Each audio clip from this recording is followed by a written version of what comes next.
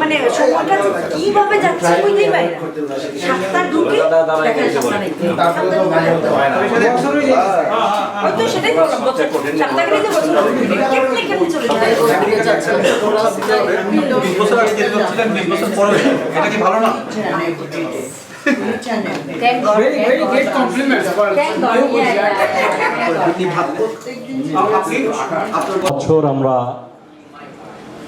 যুক্তরাষ্ট্রে আমেরিকার বিশেষ করে নিউ ইয়র্ক শহরে আমরা উদীচী করছি। আচ্ছা, পেছনে যা দাঁড়িয়ে আছেন একটু বসবেন প্লিজ। এখন কথা হয় এই কথা একটি বাক্যে আমি শেষ করতে চাই, সেটি হচ্ছে যে আদর্শ ভিত্তিক সংগঠনগুলোতে আমরা সারা পৃথিবীতে বিশেষ করে দক্ষিণ এশিয়াতে যে সমস্যাটি দেখি সেটি থেকে আমরা মুক্ত নই, আমি এই কথাটা বলতে চাই। এই বলে আপনাদেরকে স্বাগত জানাচ্ছি 1433 বঙ্গাব্দের এই অনুষ্ঠানে উদীচী যুক্তরাষ্ট্র এবং উদীচী স্কুল অফ পারফর্মিং আর্টসের যৌথ উদ্যোগের এই অনুষ্ঠানে। আমরা গত 6 বছর আমরা এই অনুষ্ঠানগুলো করতে পারিনি বিভিন্ন কারণে, বিশেষ করে প্যান্ডেমিকের পরে। আপনারা জানেন এই পহেলা বৈশাখের অনুষ্ঠানটি আমরা করতাম 34th এভিনিউ IS 230-তে 23 বছর। সেখানে প্রায় 600-700 লোকের সমাগম থাকতো, আপনারা জানেন সবাই। আজকে এই বৃষ্টির মধ্যে যারা এখানে এসেছেন তাদের উদ্দেশ্যে বলতে চাই, আপনারা উদীচীকে ভালোবাসেন, আমাদের অনুষ্ঠানকে ভালোবাসেন, আমাদের ঐতিহ্যকে, আমাদের সংস্কৃতিকে, এবং আমরা যারা এখানে কিছু কাজ করার চেষ্টা করছি তাদেরকে ভালোবাসেন বলে এসেছেন। আপনাদেরকে স্বাগত জানাই। এই অনুষ্ঠান শুরু করার আগে উদীচী যুক্তরাষ্ট্রের সম্মানিত সভাপতি ডক্টর মোহাম্মদ আব্দুল্লাহ আপনাদেরকে স্বাগত জানাবেন। আসছেন ডক্টর মোহাম্মদ আব্দুল্লাহ। সবাইকে বৃষ্টির দিনে কষ্ট করে আসার জন্য আমাদের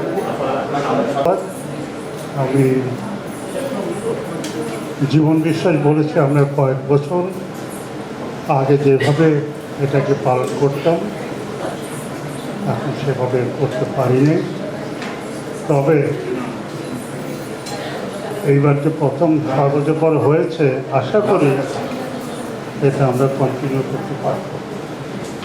আমি আর সবাইকে আবার শুভেচ্ছা জানাচ্ছি এবং আসার জন্য ধন্যবাদ জানাচ্ছি। এখন আমি এই 1433 সালে আমাদের বৈশাখী অনুষ্ঠানের উদ্বোধনী ঘোষণা করছি। ধন্যবাদ। সেটি হচ্ছে এরকম যে আব্দুল্লাহ ভাইয়ের একটু পরিচিতি অনেকেই জানেন না, তারা অনেকেই যারা পুরনো তারা জানেন। উনি হাজার হাজার ছাত্রকে এখানে IBM ওখানে উনি কর্মরত ছিলেন এবং উনি ঢাকা বিশ্ববিদ্যালয়ের পরিসংখ্যান বিভাগের উনি কিন্তু শিক্ষক ছিলেন। তার পরিসংখ্যানেই তার PhD। কথাটি বলছি এই কারণে উনি কথা বলতে চান না, উনি এখানে কথা বলতেই চাচ্ছিলেন না। আমি ওনার হয়ে একটি কথা বলি যে প্রথমে যে কথাটি বলেছি, আদর্শ ভিত্তিক সংগঠনের যে সমস্যা থাকে তা থেকে আমরা মুক্ত নই, সেটা আপনারা অনেকে জানেন। কিন্তু কারা কোথায় কখন কি অনুষ্ঠান করলো সেটি কথা নয়। উদীচীর যারা শুরু করেছিলেন রণেশ দাশগুপ্ত, সত্যেন সেন, গোলাম মোহাম্মদ ইদু এবং আরও অনেকে, তাদের সবার প্রতি শ্রদ্ধা রেখে আমাদের বাংলাদেশের স্থপতি বঙ্গবন্ধু শেখ মুজিবুর রহমানকে স্মরণ করে তার স্মৃতির প্রতি গভীর শ্রদ্ধা অর্পণ করে এবং লক্ষ শহীদদের ত্যাগের প্রতি আমাদের শ্রদ্ধার্ঘ অর্পণ করে আমরা কয়েকটি গান করছি। তার আগে বলে রাখি আমাদের মাঝে উপস্থিত আছেন, আমি বলবো প্রতিবাদী স্বর তসলিমা নাসরিন, উপস্থিত আছেন সাধনা আহমেদ, উপস্থিত ছিলেন রোকেয়া রফিক বেবি, ওনাকে চলে যেতে হয়েছে, এবং আমাদের সঙ্গে খুব ভালো একজন লেখক সাহিত্যিক উপস্থিত আছেন আমাদের দীপেন ভট্টাচার্য। আমরা তার কাছ থেকে কথা শুনবো। আমরা 5টি গান করছি, একটু সময় আমাদের লাগবে। দীপেনদার সামনে আসতে চাচ্ছেন না কেন আমি জানি না, উনি পেছনে বসতেই পছন্দ করেন। আমরা এই গোটা পাঁচেক গান করি, এরপরে আমরা দীপেন্দার কথা শুনবো, আমরা তসলিমা দিদির কবিতা শুনবো এবং আরো অনেকের গান শুনবো।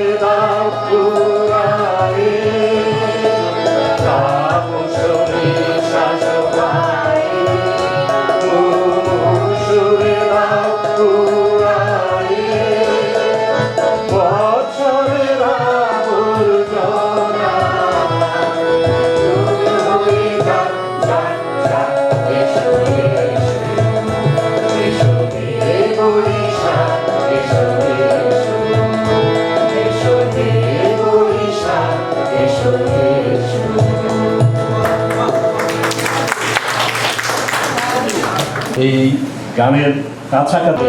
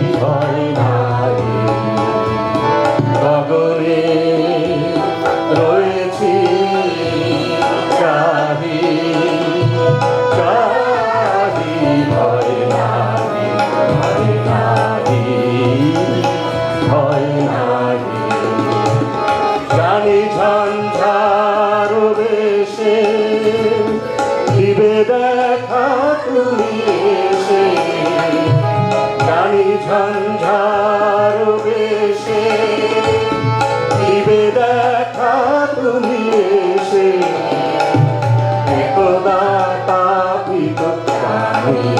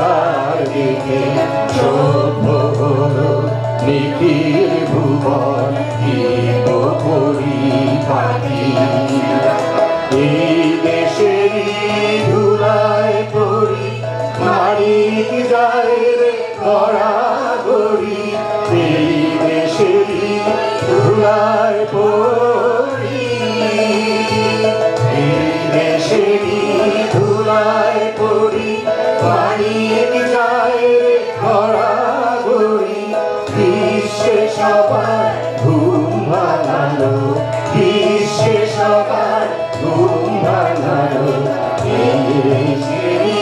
জীবন কাটি আমার দেশের মাটি ও ভাই মাটি সোনা আমার দেশের মাটি ও ভাই মাটি সোনার মাটি আমার দেশের মাটি ও ভাই মাটি সোনার খাটি আমার দেশের মাটি।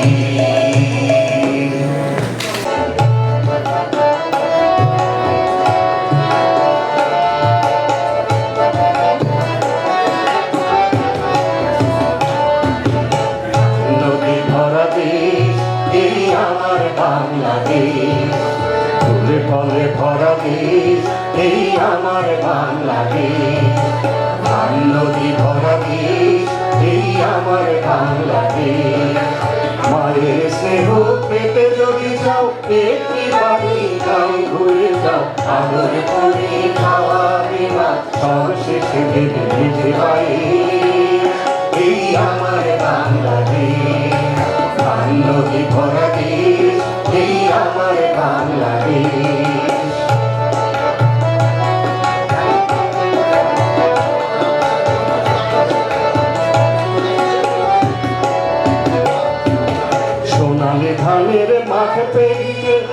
পথে হাঁটো কাঁটা এড়িয়ে দূর গায়ের ওই ছোট্ট ঘরে শান্তি সুখের নেই তো শেষ।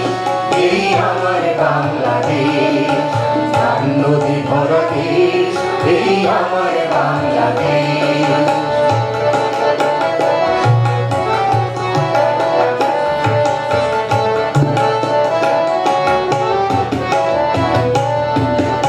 আরো যদি যাও জেলের রায়ে দেখবে ওরা উদম গায়ে ভর দুপুরে মাছ নদীতে রোদে পড়ে মাছ ধরছে।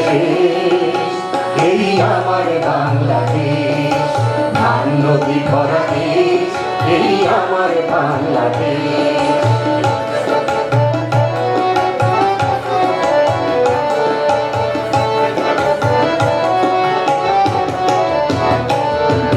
গ্রাম থেকে যাবে একটু দূরে খোলা বাজারটা আসবে ঘুরে আনবে মায়ের পান সুপারি খাটি দুধ আর প্রিয় সঙ্গে। এই আমার বাংলাদেশ, ধান নদী ভরা দেশ, এই আমার বাংলাদেশ। ফুলে ফলে ভরা দেশ, এই আমার বাংলাদেশ। মায়ের স্নেহের দেশ, এই আমার বাংলাদেশ। শান্তি সুখের দেশ, এই আমার বাংলাদেশ। জেলে মজুরের দেশ, এই আমার বাংলাদেশ। ভালোবাসারই দেশ, এই আমার বাংলাদেশ।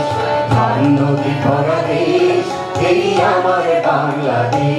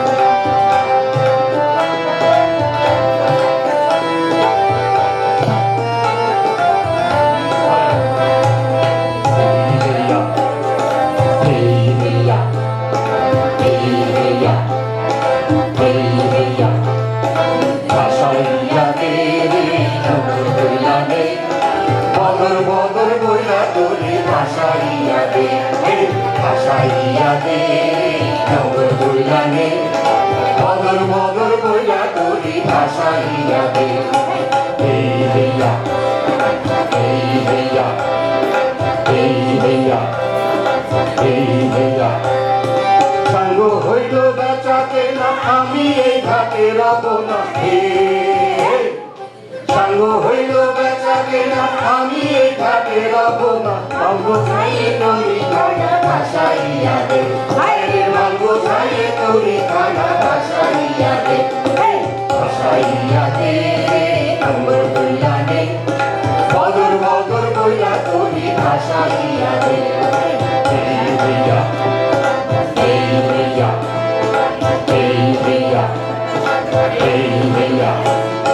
নদীর জল ছল ছল উথাল পাথাল ঢেউ অকুলই ভাসাইয়া তরি সঙ্গে নাই বলতে।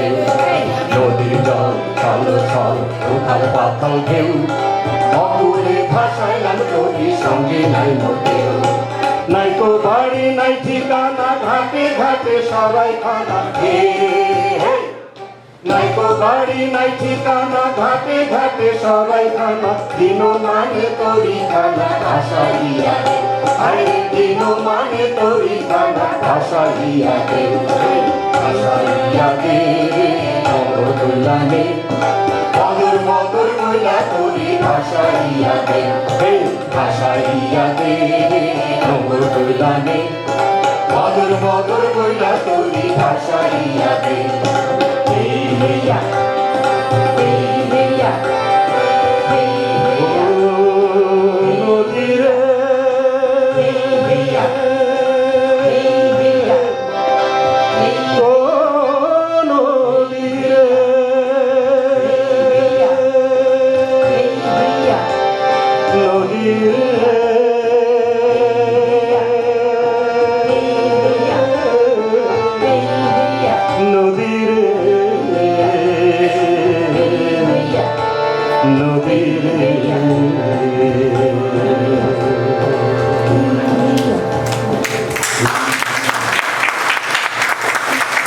এরা যাওয়ার আগে লিটন ফিলিপস, মুক্তাধর, তবলায় দীপ্ত রায় এবং উমাশ্রী উর্মি এবং এদিকে শিপ্রাধার, আমি জীবন বিশ্বাস। ভট্টাচার্য দাদাকে আমি ডাকছি দুটি কথা বলার জন্য। আসছেন দীপেন ভট্টাচার্য। উদীচীর অনুষ্ঠানে আমাকে আমন্ত্রণ জানানোর জন্য ধন্যবাদ। আমাকে সাহিত্যিক বলা হচ্ছে, আসলে আমি সেরকম বড় সাহিত্যিক না। আসলে আমি একজন বড় সাহিত্যিকের সাথে বসে আছি, নাম মানে কুলধর রায়। সে পিছনে সে কিছুই বলবে না, এবং তার গল্প আপনারা যদি পড়ে থাকেন তাহলে বুঝবেন যে সে কি মাপের মানুষ। তো সবাইকে বৈশাখী শুভেচ্ছা, নববর্ষের শুভেচ্ছা জানাই। আমি ক্যালিফোর্নিয়া থেকে এসেছি। গতকাল আমি ওই আমাদের তসলিমা নাসরিনের সামনে দেখছি, ওনার সাথে গতকাল দেখা হলো, যে অন্যান্য বিষয়ে কথা হয়েছে। আপনাকে উদীচীর শুনলাম। আমি দুটো মিনিট বলবো, সেটা হচ্ছে যে বৈশাখের যে আমাদের ঐতিহ্যের সময়টা কি সেটা নিয়ে নানাবিধ কথা আছে। আমি একটাই কথা বলছি যে কোনো এক সময়ে বছর শুরু হতো অগ্রহায়ণ মাসে। অগ্রহায়ণ কথাতেই আসলে বছরের অগ্র কথাতে থেকে এসেছে, এবং সেই সময় নবান্ন উৎসব ছিল, আমন ধান উঠত। তো সেটার একটি ঋতুগত একটি মার্কার যেটা বলা যায়, সেটা কোনো কারণে বৈশাখ অগ্রহায়ণ থেকে আপনার নভেম্বর মাস থেকে এটা এখন এপ্রিল মাসে স্থানান্তরিত হয়েছে, এবং এটা ঋতুগত একটা ব্যাপার আছে। এবং আমাদের যে দিনপঞ্জি ক্যালেন্ডার, সেটি একটি সৌরীয় ক্যালেন্ডার, এবং যেহেতু চাঁদ থেকে হতো তাহলে একটা মাসের সমস্যা হতো, তখন একটা মাস অতিরিক্ত যোগ করা হতো। এটাকে মল মাস বলে, আপনারা অনেকেই জানেন, মল মাস বলা হয়। তো আমি যে কথাটা বলতে চাইছি যে বৈশাখের যে আমরা উদযাপন করি, সেটি শুধু বাংলাদেশে উদযাপিত হয় না, সেটা আসামে হয়, পার্বত্য চট্টগ্রামের বিভিন্ন জাতি যারা আছেন তারা করেন, বার্মাতে হয়, থাইল্যান্ডে হয়, কম্বোডিয়ায় হয়, এবং আগে মালয়েশিয়া এবং ইন্দোনেশিয়াতেও হতো, সেটা এখন বদলে গেছে, শুধুমাত্র বালি দ্বীপে হয় এই একই সময়। আর ভারতবর্ষের অন্যান্য জায়গায় যেমন তামিলনাড়ু, কেরালার কিছু জায়গায়ও বৈশাখী উৎসব হয়। আর ভারতবর্ষে আরেকটি ক্যালেন্ডার চালু আছে, এটা হচ্ছে শক ক্যালেন্ডার। তো শক ক্যালেন্ডার কিছুটা চান্দ্রীয় এবং সৌর ক্যালেন্ডারের মিশ্রিত একটা ব্যাপার, কিন্তু বাংলা ক্যালেন্ডারটা মূলত সৌরীয় ক্যালেন্ডার। তো আমি যেটা বলতে চাইছি যে এই যে ঐতিহ্য, এটির বয়স কম করে হলেও অন্তত 2 থেকে 2,500 বছর, এবং এই ঐতিহ্য প্রথমে ভারতবর্ষ থেকে বিভিন্ন দক্ষিণ পূর্ব এশিয়ায় ছড়িয়ে পড়েছে আর কি। তো আমি এবং বৈশাখ মাসে যেটা হচ্ছে যে সূর্য এখন যেটা বলা হয়ে থাকে জ্যোতির্বিদ্যা হিসাবে, যে সূর্য মেষ রাশিতে প্রবেশ করছে, অ্যারিস এটা আমরা বলি, এবং আসলেই তাই এই মুহূর্তে সব জায়গায় সেখানেই হচ্ছে, এবং সেভাবেই ধরা হয়ে থাকে। আরেকটি ব্যাপার যে বৈশাখ নামটা এসছে বিশাখা নক্ষত্র থেকে।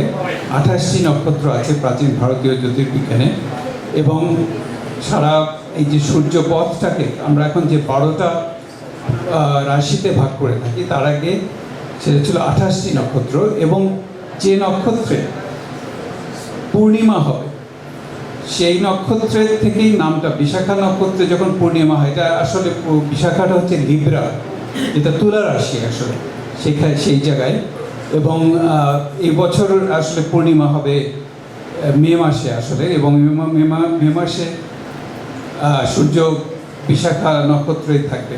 এই যে এটা কোনো একটা তারা না, এটা একটা আকাশে একটা নির্দিষ্ট পর্যায়ে।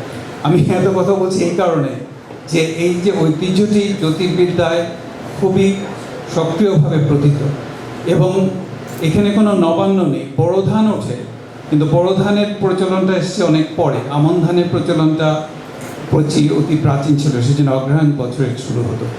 তো যেটাই হোক না কেন, বৈশাখে আগে কাল বৈশাখে বলুন, কিংবা বসন্তের শেষ বলুন, বা দাবাদহের শুরু বলুন, বৈশাখ একভাবে আমাদের মনে স্থান করে নিয়েছে, এবং আমরাও এটা পালন করছি। বছরে বছরে এই পালন আরও দীর্ঘায়িত হবে, মানে আনন্দময় হবে আমি বলবো। এবং আমি ধন্যবাদ জানাচ্ছি আজকের আয়োজকদের যে আমরা এই ধারা ধরে রাখতে পেরেছি। আপনাদের সবাইকে ধন্যবাদ। শুভ নববর্ষ। দাদা আপনি নিয়ে এসছেন, আপনি কথা বলতে চান না, ভবিষ্যতে কখনো একদিন আমাদের কুলু দাদার আমরা কথা শুনবো। ভালো সাহিত্যিক, চমৎকার গল্প লেখেন এবং তার অজস্র ফলোয়ার আপনারা যদি দেখেন ইয়েতে ফেসবুক। আমি ফেসবুকের মানুষ নই তেমন। আচ্ছা, আপনারা অনেকেই আমাকে বলেছেন আমাদের তসলিমা আপার ব্যাপারে, তার কাছ থেকে আপনারা কবিতা শুনতে চান, রাইট? আমরা এই কবিতার অংশটি তসলিমা আপাকে দিয়েই শুরু করি। আমি আপনাকে তসলিমা নাসরিন, আমি বললাম যে পৃথিবীর মানুষের প্রতিবাদের স্বর তসলিমা নাসরিন আমাদের সামনে দুটি কবিতা উপস্থাপন করবেন। আসছেন তসলিমা নাসরিন, তার পরিচয় দেয়া আমার সাধ্য নয়। আসছেন তসলিমা নাসরিন। তার নাম যুদ্ধ, একটা যুদ্ধ বিরোধী কবিতা।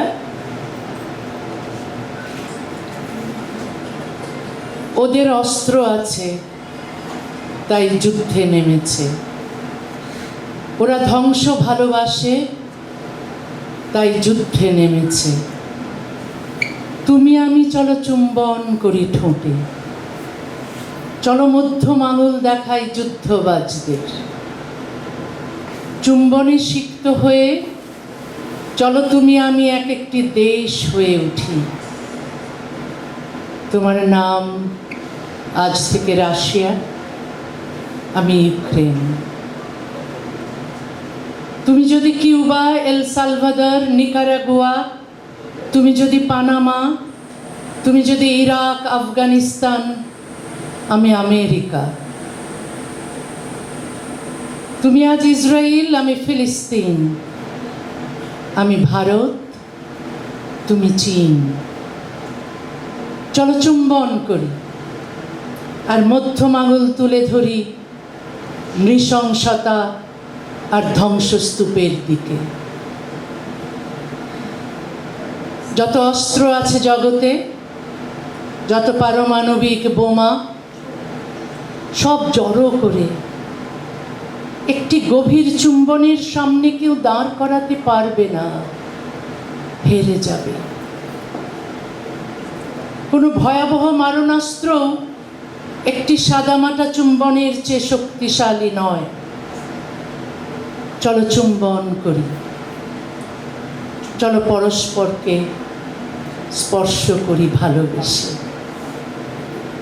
সন্তান জন্ম নিক আমাদের, সে সন্তানের নাম দেব পৃথিবী।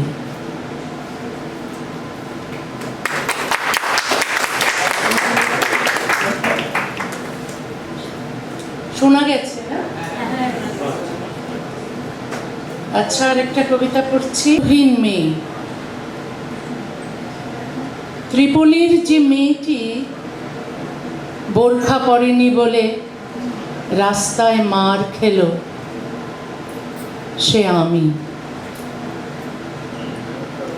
কাবুলের যে মেয়েটিকে প্রেম করার অপরাধে পাথর ছুঁড়ে মারা হলো, সে আমি। দামেস্কের যে মেয়েটিকে পিটিয়ে হত্যা করলো তার স্বামী, সে আমি।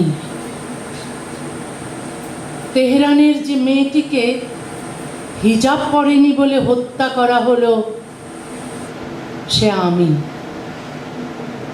আমার দোষ একটি, আমি মেয়ে। মেয়ে বলে আমাকে ঘরবন্দি করা হয়, আমার নাক, চোখ, মুখ ঢেকে রাখা হয়, আড়াল করা হয় আমার ত্বক, আমার চুল, আমার সর্বাঙ্গ, আমার শরীর। যেন শরীর নয়, এ পাপের আরোধ। আমার দোষ, আমি মেয়ে। মেয়ে বলে পৃথিবীর রূপ, রস, গন্ধ থেকে সরিয়ে রাখা হয় আমাকে। আমাকে দেখতে দেওয়া হয় না আলো, আমাকে দাঁড়াতে দেওয়া হয় না দুপায়ে। যেন আমি পক্ষাঘাতগ্রস্ত হয়ে জন্মেছি। অধিকার পেতে চাইলে আমার টুটি টিপে ধরা হয়, অধিকার পেতে চাইলে ধর্মের জাতাকলে আমাকে পেশা হয়, অধিকার পেতে চাইলে আমাকে বেশ্যা বলে গালি দেওয়া হয়, অধিকার পেতে চাইলে আমার গায়ে পায়ে শেকল পরানো হয়, অধিকার পেতে চাইলে আমাকে হত্যা করা হয়, আমাকে আগুনে পোড়ানো হয়। পুড়ে পুড়ে আমি অঙ্গার হইনি, ইস্পাত হয়েছি। আমাকে লাথি কষাতে এসো না, চুরমার হয়ে যাবে। আমার উপর চাবুক চালাতে এসো না, একটিও কালশিটে দাগ পড়বে না গায়ে। আমাকে ধর্ষণ করতে এসো না, আমি রক্তাক্ত হব না। আমাকে কোপাতে এসো না, আমার মৃত্যু হবে না। ধন্যবাদ সবাইকে। চমৎকার বলে ধন্যবাদ জানানো ঠিক হবে কিনা আমি জানি না, বলি আপনাকে, আপনার এই কবিতা শুনে আমরা অভিভূত, আমরা খুব সম্মানিত। আপনি আমাদের একজন, আপনি পৃথিবীর অধিকারের মানুষ, আপনি প্রতিবাদী মানুষ। এবারে আমি একটু পেছনে যাই। আমাদের বঙ্গবন্ধু, যাকে আমরা বর্তমানে বাংলাদেশ থেকে নির্বাসন দিয়েছি, আমরা দিইনি, ওরা দিয়েছে। তাদের বিরুদ্ধে দুটি কথা বলি। বাংলাদেশ বঙ্গবন্ধুর, বাংলাদেশ আমার, বাংলাদেশ আপনার, বাংলাদেশ আমাদের লক্ষ্য শহীদের, বাংলাদেশ আমাদের যারা মুক্তিযুদ্ধে এবং 52 ভাষা আন্দোলনে যারা অংশগ্রহণ করেছিলেন, বাংলাদেশ তাদের। সেই বাংলাদেশের রূপকারকে নিয়ে যে ছবিটি হয়েছে, আপনারা জানেন, বঙ্গবন্ধু মুজিব একটি জাতির রূপকার, the making of a nation, Mujib the making of a nation. সেটির পরিচালক ছিলেন শ্যাম বেলেগা, উনি আর এই পৃথিবীতে নেই। সেটি আপনারা অনেকেই দেখেছেন, আমরা দেখেছি। কিন্তু যেটি আমরা জানি না অনেকেই, সেটি হচ্ছে এই বিশাল বায়োপিক, পৃথিবী বিখ্যাত এই বায়োপিকের স্ক্রিপ্টিংয়ের যিনি দায়িত্বে ছিলেন, প্রধান দায়িত্বে, তিনি আজকে আমাদের মাঝে আছেন। তার পরিচয় আবার তাসলিমা আপার মতোই, আমি লম্বা করে দেব না। একজন নাট্যকার, লেখক, পরিচালক, অভিনেতা। উনি ওই মুজিবের বায়োপিকের স্ক্রিপ্টিংয়ের দায়িত্বে ছিলেন। আমি তাকে দুটি কথা বলার জন্য এখানে ডাকবো। তার নামটি বলি, সাধনা আহমেদ। একটু করতালি দেব। সাধনা আহমেদ। সকলকে নতুন বছরের শুভেচ্ছা। যদিও আমি জানতাম না আমাকে কিছু বলতে হবে, বলা সত্যি খুব কঠিন কাজ, লেখার চেয়ে বেশি কঠিন, যেটা আমি অনুভব করি। আমার জীবন, একজন লেখকের জীবন আসলে একেবারেই নির্বাসিত জীবন, স্বেচ্ছা নির্বাসিত। সেখানে কথা বলা মানে খুব ভয়ই লাগে। যাই হোক,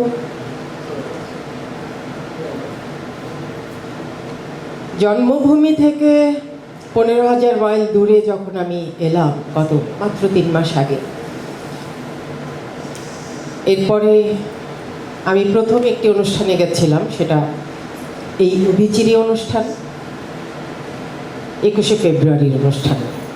এবং তার আগের যেই সময়টুকু, আগের 3 মাস, আমি গত বছর ডিসেম্বর এসেছি, সেই 3 মাস এখানে আমার বলা যায় যে ডিপ্রেশন বলতে যেটা বোঝায় আর কি, সেরকমটিই ছিল। গত 21 ফেব্রুয়ারি উদিচির এই অনুষ্ঠানে গিয়ে আমার মনে হলো যে এখানে আমার জীবন শুরু হয়েছে বাংলায়, বাংলার মানুষের সঙ্গে, এবং আমি বাংলা থেকে দূরে নই। এবং আজকে এইখানে এই বৈশাখের অনুষ্ঠানে এসে আমার আবারও মনে হচ্ছে আমি তো বাংলায়, আমি তো বাংলায়। এই বাংলা সারা পৃথিবীতেই আছে, যেখানে বাঙালি আছে। ধন্যবাদ জানাই উদীচীকে এবং বিশেষ করে আমাদের প্রিয় জীবনদাকে, যিনি এত ভালোবাসেন আমাদেরকে, বিশেষ করে আমাকে, আমি অনুভব করি। সংস্কৃতি আমাদের আসলে পরিচয়, একটি জাতির সংস্কৃতি হচ্ছে তার পরিচয়। এই বৈশাখকে কেন্দ্র করে আপনারা জানেন বাংলাদেশে গত কয়েক বছর ধরে নানান রকমের কন্ট্রোভার্সি শুরু হয়, ধর্ম না সংস্কৃতি। আমি বলি যে আপনারা সবাই সেটা জানেন, ধর্ম আপনি চাইলে গ্রহণ করতে পারেন, বর্জন করতে পারেন, কিন্তু আপনি আপনার নৃতাত্ত্বিক পরিচয় কখনো চেঞ্জ করতে পারবেন না। আপনার মৃত্যুর 300 বছর পরেও আপনার স্কেলিটন থেকে ল্যাব টেস্ট করে বলে দেওয়া যাবে আপনি কোন এলাকার মানুষ। এই বৈশাখ উদযাপন নিয়ে এইসব কন্ট্রোভার্সির কোনো আসলে মানে উচিতই না যাওয়া, ওদের কোনো ভাত নেই। আপনারা যারা করেন এগুলো, আপনারা যারা করেন, আমি বলি যে গলা পর্যন্ত খেজুর খেলেও আপনি কখনো অ্যারাবিয়ান হবেন না। আপনার ধর্ম আপনার কাছে থাকুক, সংস্কৃতি আমাদের। কোনো জাতি তার নৃতাত্ত্বিক পরিচয়কে অস্বীকার করে পৃথিবীতে মাথা উঁচু করে দাঁড়াতে পারেনি, পারবেও না। যেই সংস্কৃতির উপরে নির্ভর করে আসলে বাংলাদেশের সৃষ্টি হয়েছিল, সংস্কৃতি, ভাষা, এই দুইটি বিষয়ের উপরে নির্ভর করেই বাংলাদেশ সৃষ্টি হয়েছিল। এবং আমরা যারা বাঙালি তারা এটা কখনো যদি ভুলে যাই, আমাদের চেতে হতভাগ্য আর কোনো জাতি থাকবে না পৃথিবীতে। যা হোক, আমরা, আপনারা যারা এখানে আছেন, আমি যুক্ত হয়েছি আপনাদের সঙ্গে এই বৈশাখ উদযাপনের মাধ্যম দিয়ে। আমরা আমাদের সংস্কৃতিকে, আমাদের ভাষাকে, আমাদের সঙ্গীতকে, আমাদের নাটককে আমরা লালন করব, চর্চা করব, পৃথিবীতে ছড়িয়ে দেব। সংস্কৃতির মধ্যে অনেক রকমের অনেক কিছু এসে যুক্ত হয়, যেমন যুক্ত হয়ে গেছে ইলিশ। বৈশাখের অনুষ্ঠানে ইলিশ এসে যুক্ত হয়ে গেছে। যদিও আমাদের, যদি আমরা 300 বছর আগের দিকে তাকাই, আর বৈশাখের যে প্রকৃতি বাংলায় আসলে, এবং ইলিশের যে সময়, সেটা হচ্ছে বর্ষায় ধরা পড়ে। কিন্তু গত 10-15 বছর ধরে আসলে কর্পোরেটরা এই সংস্কৃতিটাকে আমাদের মধ্যে নিয়ে এসেছে, যে আমাদের আসলে বাংলা কেমন, চৈত্র মাসে খরা, ফসল তখনও হয়নি, বৈশাখের 15-এর পরে গিয়ে ধান উঠবে, তার আগে কাবলিওয়ালারা আসতো, ঋণ দিত বাঙালিকে, ঋণ নিয়ে বাঙালি ওই চৈত্রের ফাল্গুন চৈত্র মাসটা কাটাতো, বৈশাখের অর্ধেক পর্যন্ত কাটাতো, এরপরে ধান উঠতো, ওঠার পরে সেই ধানের থেকে আবার এই ঋণটা শোধ করতো। এবং চৈত্রের পরে বৈশাখের যে প্রকৃতি, তখন ওই সময় আসলে বাংলায় কলেরা, বসন্ত, নানান রকমের রোগ দেখা দিত। সেই কারণে দেখা যায় যে নিরামিষ খাও, তেতো জিনিস খাও, সেই ছিল। কিন্তু কর্পোরেট আমাদের মধ্যে ইলিশটা দিয়ে দিয়েছে। যাই হোক, আমাদের বাংলার ইলিশ, এবং এটা আমরা ইলিশ খেতে পছন্দ করি, আমরা উপভোগ করি, কিন্তু এটার পেছনে গভীরতম ক্রন্দনও সৃষ্টি হয়েছে। এই ইলিশ বাঙালি মধ্যবিত্তের হাতের নাগালের বাইরে চলে গেছে। তো আমি ব্যক্তিগতভাবে অনেক বছর আমি বৈশাখে আসলে বা ইলিশের সংস্কৃতির সঙ্গে আমি যাই না, আমি সেটা করি না। ব্যক্তিগতভাবে আমি যখন একদিন, এটা আমার একটা ছোট্ট অভিজ্ঞতার কথা বলি, যখন এই ইলিশ নিয়ে খুব কর্পোরেট বিজনেসটা শুরু হলো বাংলাদেশে, তখন ভালোই তো লেগেছিল। তো আমি একদিন গেছি, ঠিক ইসের আগে বাজারে গেছি যে ইলিশ কিনবো, বৈশাখের 5-6 দিন আগে। তখন একটি দম্পতিকে দেখলাম, তারা এসেছে ইলিশ কিনতে, তাদের সঙ্গে একটি শিশু রয়েছে। তারা অনেক দরদাম করছে, কিন্তু তাদের বাজেটে যাচ্ছে না। তাদের বাচ্চাটা খুব মন খারাপ করছে, বাবা মা ইলিশ কিনতে পারছে না, এবং তারা ইলিশ না কিনে, আমি অনেকক্ষণ দাঁড়িয়েছিলাম তাদের পাশে, না কিনে চলে গেছে। এবং সেদিন থেকে আমি আসলে ইলিশটা বর্জন করেছি, যে এটা তো আমার সংস্কৃতি ছিল না। আসলে আমার প্রকৃতি যেটা, বৈশাখী তো এটা ছিল না, বাংলার এটা ছিল না। এটা আসলো কোত্থেকে, এই ইলিশ আসলো কোত্থেকে। যাই হোক, তারপর এখন ইলিশ আমাদের সংস্কৃতির অংশ হয়ে গেছে। তো সংস্কৃতির যেই কারণে সংস্কৃতি এমন কিছু কাজ করে, এমন কিছু গ্রহণ করে, যেই কারণে যেমন ধর্মের যে সংস্কৃতি সেটাও কিন্তু আমরা গ্রহণ করেছি বাংলায়। বাঙালির হাজার বছরের ঐতিহ্য সংস্কৃতির সঙ্গে ইসলাম, মধ্যপ্রাচ্যের একটি ধর্ম এসে যুক্ত হয়েছে, আমরা সেটা নিয়েছি। কিন্তু তার মানে তো এই না যে আমি আমার বাঙালিত্ব হারিয়েছি। মাইকেল মধুসূদন দত্ত গ্রহণ করেছিলেন খ্রিস্ট ধর্ম, উনি কি ওনার বাঙালিত্ব ছাড়তে পেরেছিলেন? আবার ব্যাক করেছিলেন। উনি যখন অনুভব করলেন যে আমার লেখাটা বাংলাতেই লিখতে হবে, তখন তিনি অমৃতাক্ষর ছন্দ তৈরি করলেন এবং মেঘনাদ বধ কাব্য লিখলেন, যেটা বাংলার একমাত্র মহাকাব্য। তখন পৃথিবী থেকে যদিও মহাকাব্যের যুগ শেষ হয়ে গেছে, কিন্তু তিনি আমাদেরকে সম্মানিত করে গেলেন। ফরাসিদের কোনো মহাকাব্য নেই, তাদের অনেক বেদনা আছে যে তাদের সাহিত্যে মহাকাব্য নেই, কিন্তু আমাদের একজন বাঙালি সে মহাকাব্য লিখে গেছেন। এবং এইটা তার সংস্কৃতি, তার ভাষার প্রতি ভালোবাসা থেকে, প্রেম থেকে, এবং এটাই তার পরিচয়। তো অবশেষে আমরা পৃথিবীর যেখানেই থাকি আমাদের পরিচয় হচ্ছে বাঙালি, আমরা হচ্ছে বাংলা। এবং এই বাংলা ভাষা সংস্কৃতির প্রতি যখন আঘাত শুরু করলো পাকিস্তানিরা, তখনই আসলে বাংলাদেশের বীজ বপন শুরু হলো। 48 সালের পরে বাংলাদেশের বীজ বপন শুরু হলো। তো বাঙালিরা এরকম আমরা যে আমরা অন্য অনেক কিছু আমরা সহ্য করি, মারপিট অনেক কিছু সহ্য করি, কিন্তু যখনই আমার ভাষার উপরে, আমার সংস্কৃতির উপরে, আমার পরিচয়ের উপরে, আমার মায়ের উপর আঘাত করে, তখন আর আমরা সহ্য করি না। এটাই আমরা। এই জন্য আজকের এই বৈশাখে আবারও বলতে চাই আমি, জয় বাংলা, জয় বঙ্গবন্ধু, বাংলা সংস্কৃতি চিরজীবী হোক। আমাদের ইলিশ চর্চা এবং ইলিশ মাছের যে সংস্কৃতি আমরা এই বিদেশেও নিয়ে এসেছি। আপনারা জানেন ইলিশ মাছ এই কয়েক সপ্তাহে দাম প্রায় দ্বিগুণ হয়। এখানে অবশ্যই বাণিজ্য জড়িত। বাণিজ্য থেকে আমরা একেবারে উপকৃত হই না তা বলবো না, কিন্তু বাণিজ্যের যখন একমাত্র লক্ষ্য থাকে মুনাফা, আমরা সেটার বিরুদ্ধে। এবারে আমরা পরপর কয়েকটি নাচের দিকে যাব। দাদা একটু হেল্প করতে হবে। সে সুক্তাধর, এবং এরপরে স্মরণিকা তুমি যেখানে থাকো প্রস্তুত হও, এরপরে তুমি।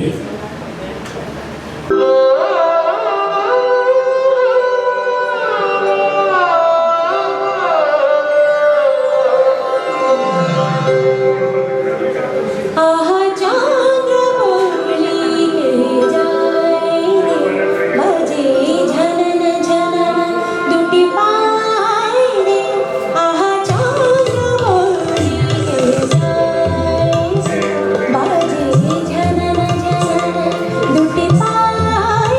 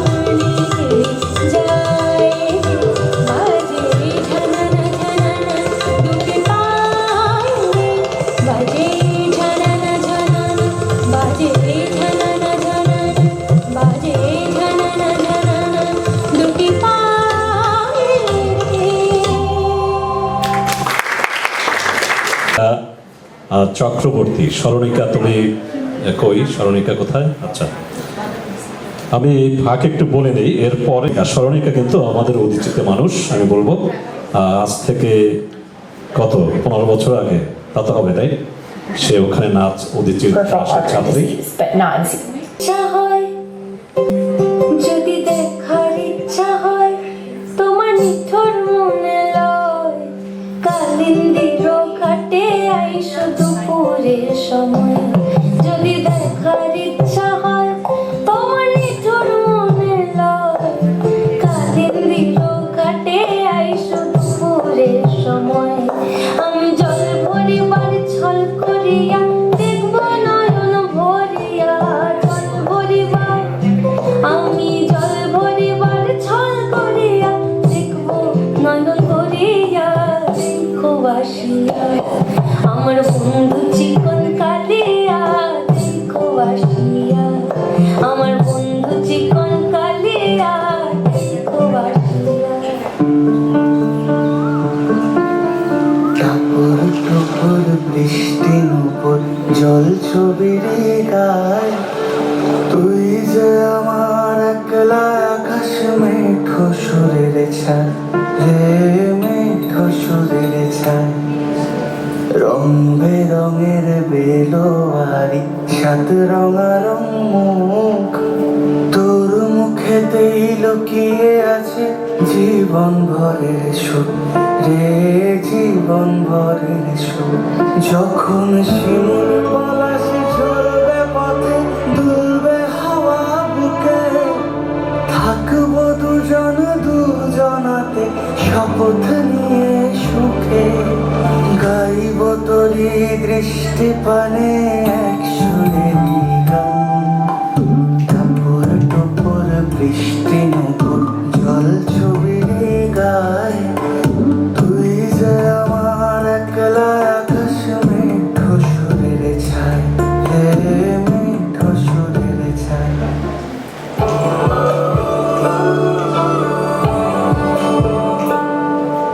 পূর্ণিমা সন্ধ্যায় তোমার রজনীগন্ধায়, রূপসাগরের পাড়ের পানে উদাসী মন ধায়। পূর্ণিমা সন্ধ্যায় তোমার রজনীগন্ধায়, রূপসাগরের পাড়ের পানে উদাসী মন ধায়। তোমার প্রজাপতির পাখা আমার আকাশ চাওয়া মুগ্ধ চোখের রঙিন স্বপ্ন মাখা, তোমার প্রজাপতির পাখা আমার আকাশ চাওয়া মুগ্ধ চোখের রঙিন স্বপ্ন মাখা। তোমার চাঁদের আলো মেলায় আমার দুঃখ সুখের সকল অবসান, ফাগুন হাওয়ায় হাওয়ায় করেছি যে না। চোখে হঠাৎ করে কাল বৈশাখী, চৈত্রের শেষ বেলা পাতা ওড়ে নাকি, গত বছরের মায়া ভেঙে যাবে বলে, রাজপথ ভেসে গেছে অচেনা কাজলে। চোখে হঠাৎ করে কাল বৈশাখী, চৈত্রের শেষ বেলা পাতা ওড়ে নাকি, গত বছরের মায়া ভেঙে যাবে বলে, রাজপথ ভেসে গেছে অচেনা কাজলে। তুমিও ঝরে তাকে শুধু ভালোবেসো, এসো হে বৈশাখ এসো এসো, এসো হে বৈশাখ এসো এসো।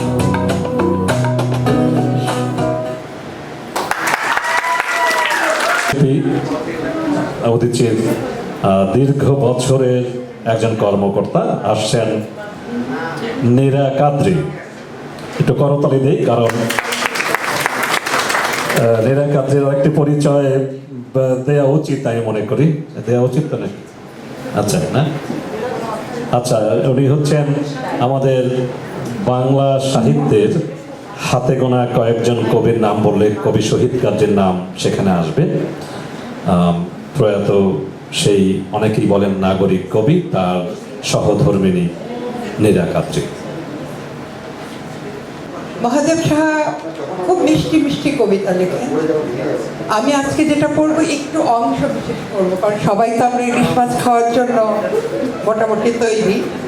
তো পড়ছি মহাদেব সাহার কবিতা বৈশাখে নিজস্ব সংবাদ।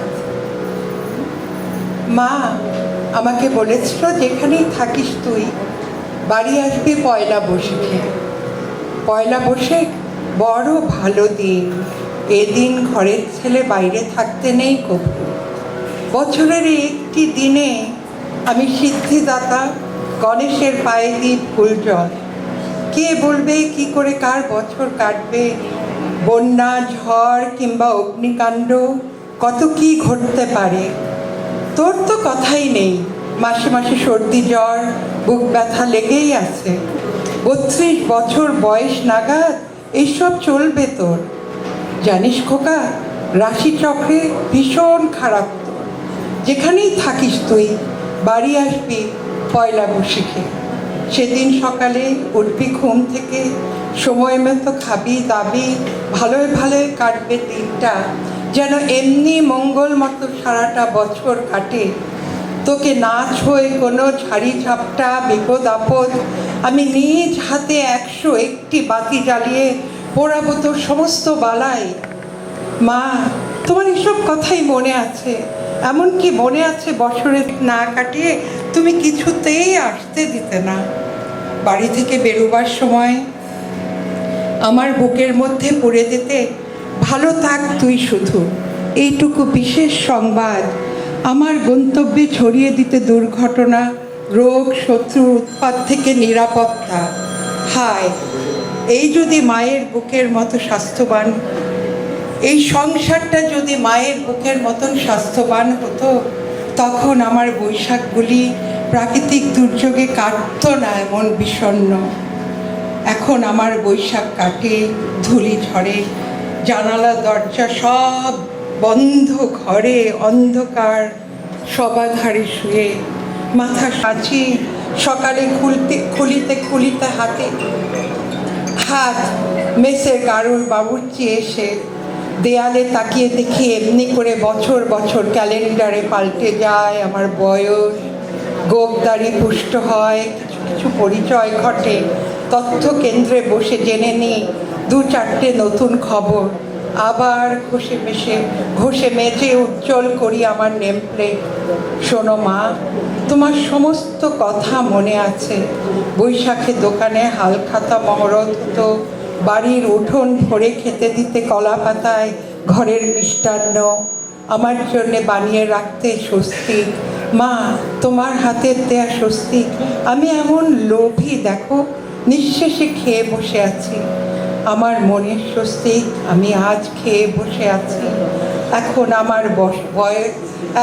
আমার বছর কাটে বিদেশ বিভুয়ে। মা, তুমি বলেছিলে পয়লা বৈশাখে বাড়ি আসবে তুই।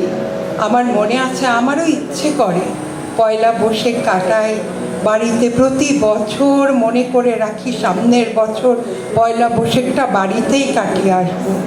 খুব সকালে উঠে দেখব পয়লা বৈশাখের সূর্যোদয় দেখতে কেমন।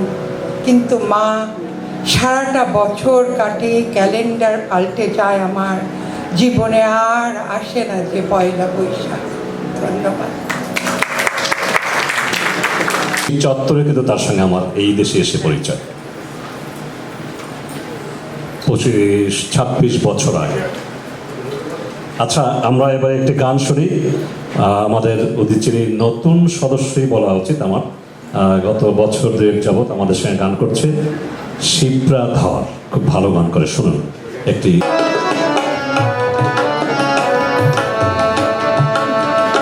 লোকে বলে বলে রে ঘর বাড়ি ভালা নাই আমার। লোকে বলে বলে রে ঘর বাড়ি ভালা নাই আমার। কি ঘর বানাইমু আমি, কি ঘর বানাইমু আমি শূন্যের মাঝার। লোকে বলে বলে রে ঘর বাড়ি ভালা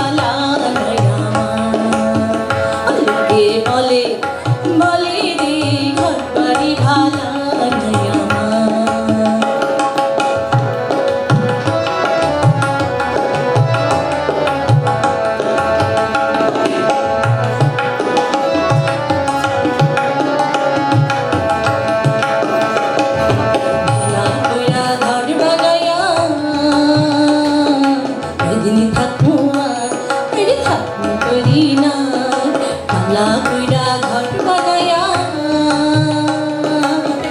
ঠাকুমার ঠাকুমার আয়না দিয়া চাইয়া দেখি আয়না দিয়া চাইয়া দেখি আয়না চুলা আমার লোকে বলে বলে রে ঘর বাড়ি বালা নাই আমার লোকে বলে বলে রে ঘর বাড়ি বালা নাই আমার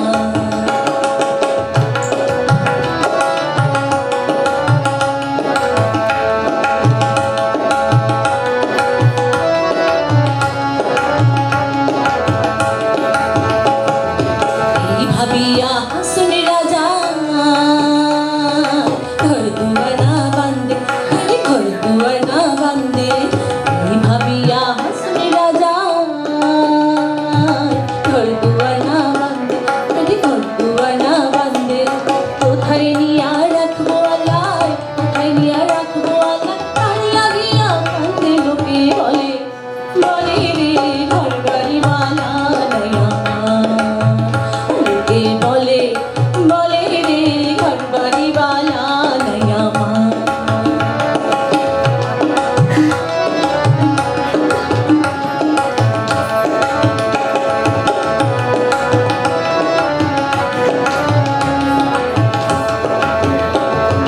আগে যদি জানতো হাসুন বাঁচবো কতদিন আগে যদি জানতো হাসুন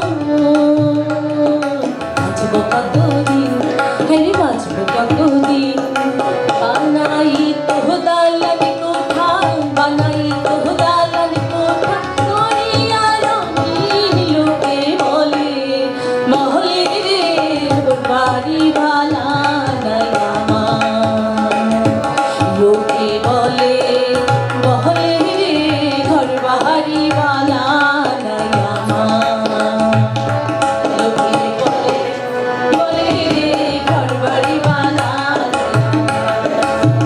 লোকে বলে বলে রে ঘর বাড়ি বালা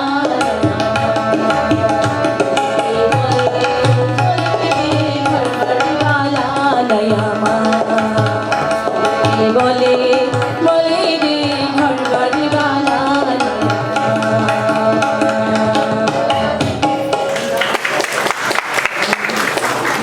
উদীচীর অনেক পুরনো একটি বাচ্চা মেয়ে আপনারা জানেন আমেরিকাতে বাংলা শেখানো খুব কঠিন উচ্চারণের ক্ষেত্রে যদি কোনো ত্রুটি হয় আপনারা অবশ্যই সেটি নিজ গুণে ক্ষমা করে দেবেন আমি ডাকছি আমাদের এই মেয়ে খুব ছোট্ট একটি মেয়ে সে একটি রবীন্দ্রসঙ্গীত করবে ও হচ্ছে অনন্যা দাস শুভেচ্ছা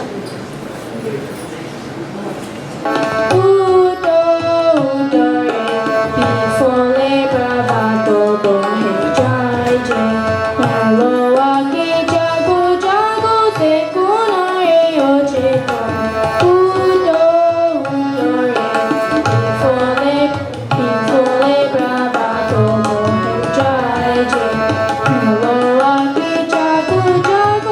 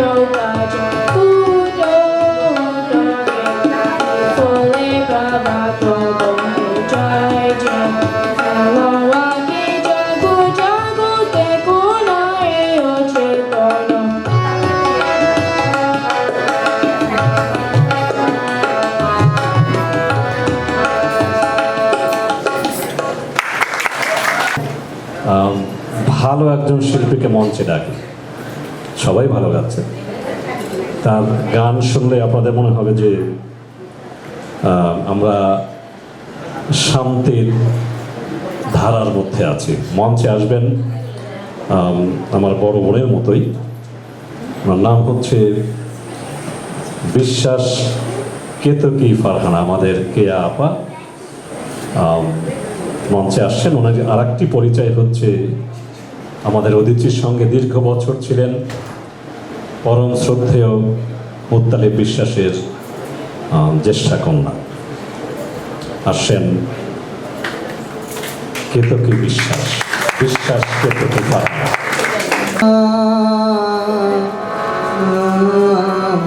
প্রণাম তোমায় ঘনশ্যাম, প্রণাম তোমায় ঘনশ্যাম, প্রণাম তোমায় ঘনশ্যাম।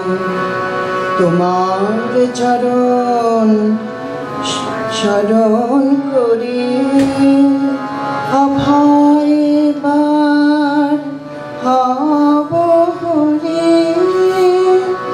দুঃখ সাগর যাব তরি, দুঃখ সাগর যাব তরি, তরি করি তোমার নাম। প্রণাম তোমায় ঘনশ্যাম, প্রণাম তোমায় ঘনশ্যাম, প্রণাম তোমায় ঘনশ্যাম। আমরা পড়ি ঘুমাই প্রভু, তোমার নিত্য জাগরণ। আমরা পড়ি ঘুমাই প্রভু, তোমার নিত্য জাগরণ। ক্ষণে ক্ষণে ঘটায় যে ভুল, পক্ষে গহের আবরণ, সেই আবরণ ঘুচাও হরি। দাঁড়াও যুগল মূর্তি ধরি, সেই আবরণ ঘুচাও হরি।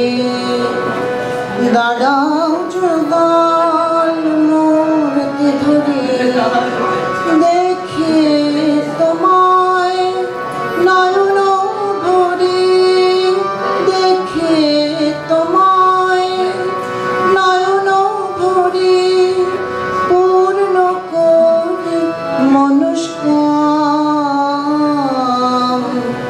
প্রণাম তোমায় ঘনশ্যাম, প্রণাম তোমায় ঘনশ্যাম, প্রণাম তোমায় ঘনশ্যাম, প্রণাম তোমায় ঘনশ্যাম, প্রণাম তোমায় ঘনশ্যাম। ইরামণি দেবী, আপনি মঞ্চে আসুন, আমরা একটি রবীন্দ্রসঙ্গীত শুনি। ইরামণি দেবী। ধন্যবাদ দা শুক্লা পিসি আমাকে এখানে আমন্ত্রণ করার জন্য। আমি প্রথম সবসময় শুনি পিসির কথা, আসতে পারি না, সবসময় বলেন। তো আজকে আমি একটি রবীন্দ্রসঙ্গীত করার চেষ্টা করছি। সখী ভাবনাকারে বলে সবারই জানা গান। গানটি মূলত মানুষের মন, ভালোবাসা ও যাতনার সুখ দুঃখের অনুভূতি প্রকাশ করে। আমি চেষ্টা করছি। কাহারে বলে সখী যাতনা, কাহারে বলে তোমরা যে বলো দিবস রজনী, ভালোবাসা ভালোবাসা সখী ভালোবাসা কালে কয়, সে কি কে বলি যাতনাময়, সে কি বলি চোখের জল, সে কি কে বলি দুঃখের শ্বাস, লোকে তবে করে কি সুখের তরে এমন দুঃখের আশ।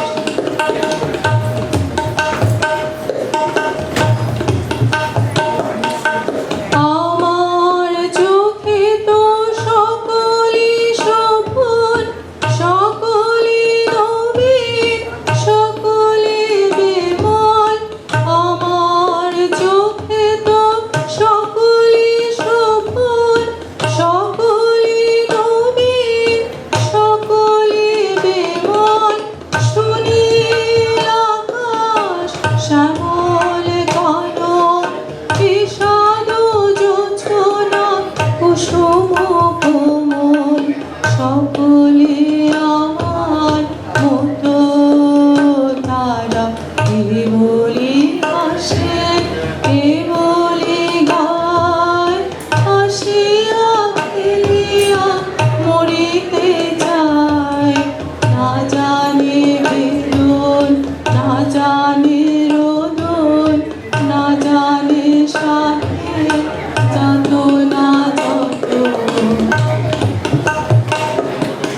ফুল সে হাসিতে হাসিতে ঝরে, জোছনা হাসিয়া মিলায়ে যায়। হাসিতে হাসিতে আলোক সাগরে, আকাশের তারা কে আগে গায়। আমার মতন সুখী কে আছে, আয় সুখী আয় আমার কাছে। সুখের গায়ে সুখের গান শুনিয়া তোদের জুড়াবে প্রাণ। প্রতিদিন যদি কাঁদিবি কেবল, একদিন নয় হাসিবি তোরা, একদিন নয় বিষাদ ভুলিয়া সকলে মিলিয়া গাহিব মোরা। ভাবনা কাহারে বলে, সুখে যাতনা কাহারে বলে। তোমরা যে বলো দিবস রজনী, ভালোবাসা ভালোবাসা, সুখী ভালোবাসা কারে কয়। ইরামণি দেবীর কণ্ঠে গান শুনলাম। এবারে আমরা একটু নাট্যাংশের মধ্যে আমি বলবো বুদ্ধদেব বসুর ছোট গল্প আমরা তিনজন, এটি থেকে এই গল্প থেকে পাঠ, এবং এরপরে একই সঙ্গে দুজন মঞ্চে আসবেন। এরপরে আমাদের তসলিমা নাসরিনের একটি বিখ্যাত কবিতা, রুদ্র মোহাম্মদ শহীদুল্লাহকে লেখা সেই চিঠি, সেটি আবৃত্তি করে শোনাবে মেহজাবিন মাহবুব। মঞ্চে আসছেন মাসুদ সুমন এবং মেহজাবিন মাহবুব।